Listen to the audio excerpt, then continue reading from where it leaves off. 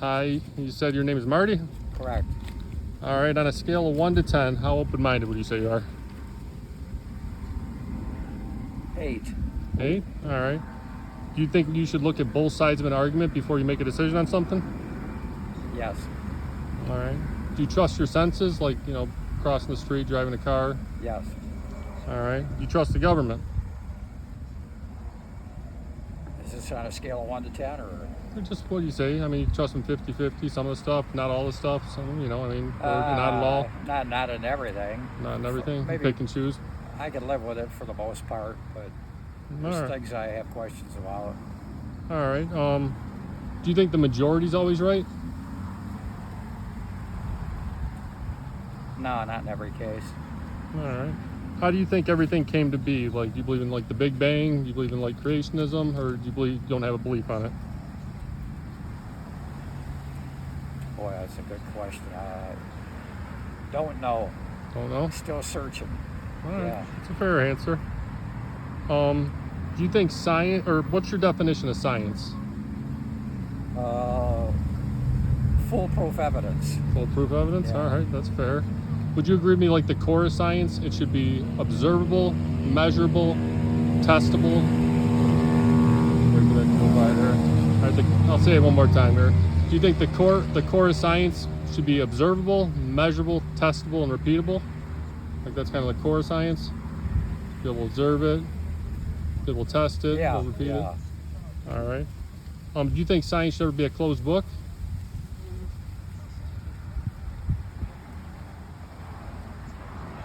No, not definitely. Like you should be able to question things in science? Sure. All right. To you, what's the difference between a belief and a knowing? Well,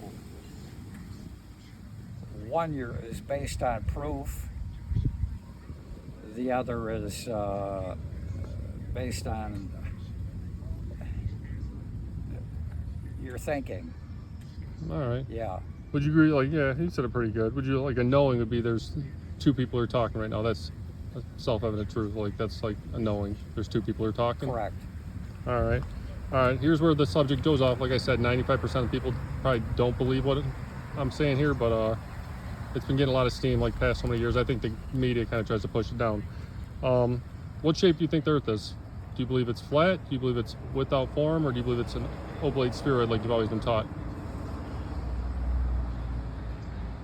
Somewhat oblique. Somewhat like a Yeah, sphere that similar. rotates once a day. Maybe and goes not away. exactly as this picture, but something on that order. Okay. Can I ask you why you believe that? It's what I was taught, and through pictures and a little research. A little research. Yeah. Would you say that's a knowing, you think, or you think it's a belief? More of a belief. A belief? It's a little knowing. No, more. It would be 100% belief. No, I'm sorry. Because you haven't seen it for yourself, Correct. actually? Yeah. All right. I'll give you some, do you know anything about, like, fluid dynamics, how liquids behave? I used to. I've forgot a lot of it. I bet you probably agree with me on this. In our reality, would you say it's like 100 or 1,000,000% fact that any liquid, like water, will take the shape of its container and level out?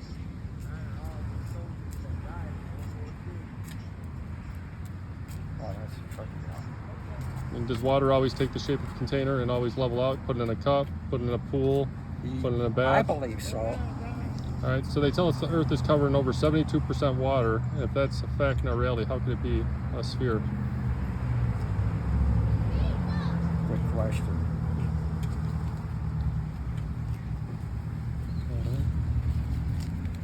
All right, I got Not sure. That's a fair answer, man. Learn something new every day, or look at something different. That's just a different Yeah. way of looking at it. So it's one of the main proofs that people like try to bring up, because in our reality, water never conforms to the exterior of the shape. Right. But you have to believe if the Earth's a round ball, it's conforming to the exterior of it.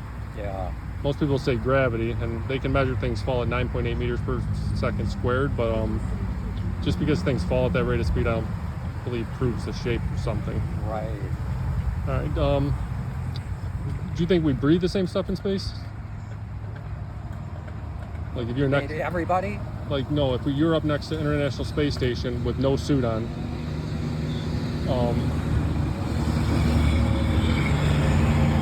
if you were up in space with no suit on or anything, do you think they're breathing the same type of same thing that like we're breathing right now? See, I don't think about stuff like that. I can tell you what they tell us if you want.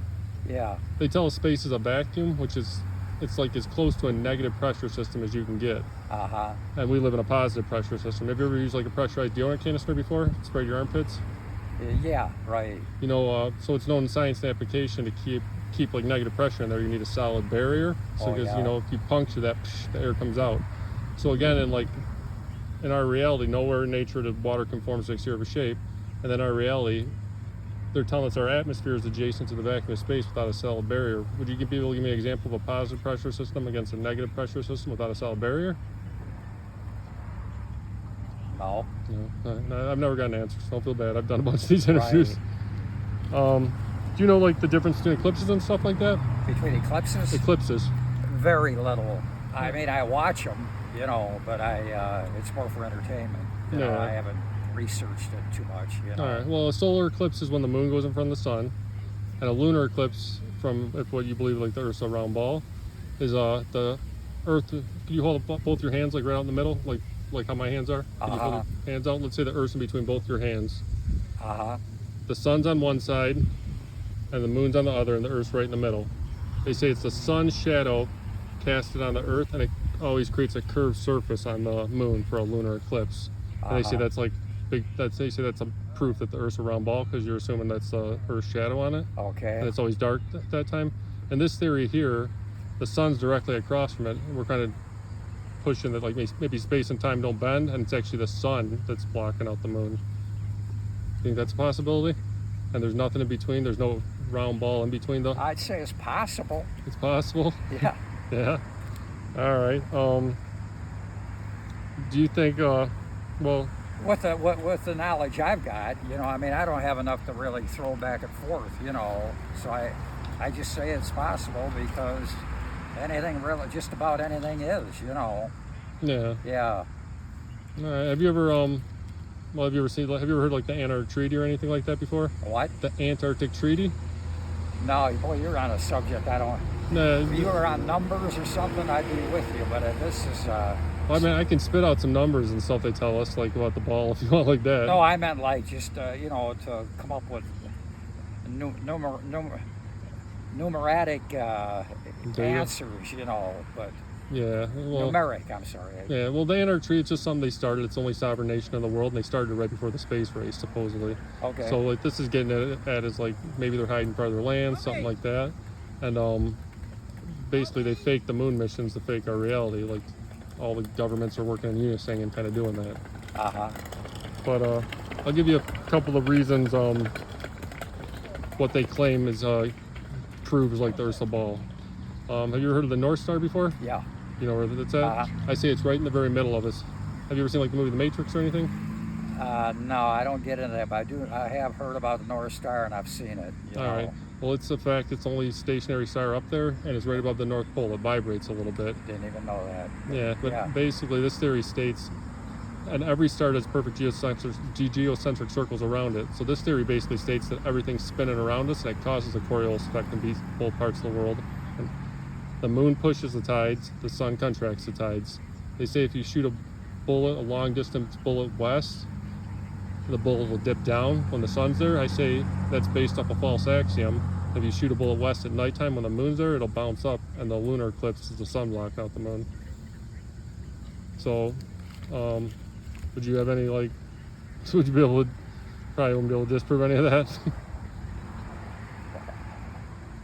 If they say, who's they say it? The scientists? Well, the scientists. I guess some people go up in space. A lot of the scientists and the physicists, they never actually seen what their mathematics, if their mathematics are right or not.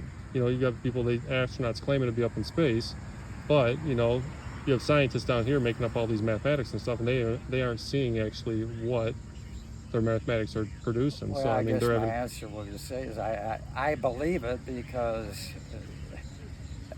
I don't have any proof they're wrong.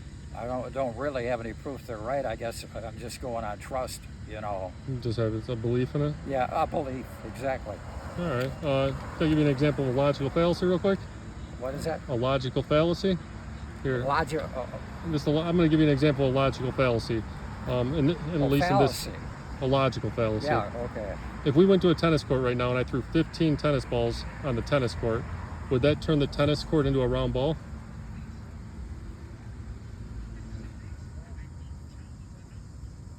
No. No. So just because you see circles in the sky, does that mean you're living on a ball? No. No. All right. You've been a perfect interview, man. I appreciate it. Thank you. No problem, man. Thanks a lot. Yeah.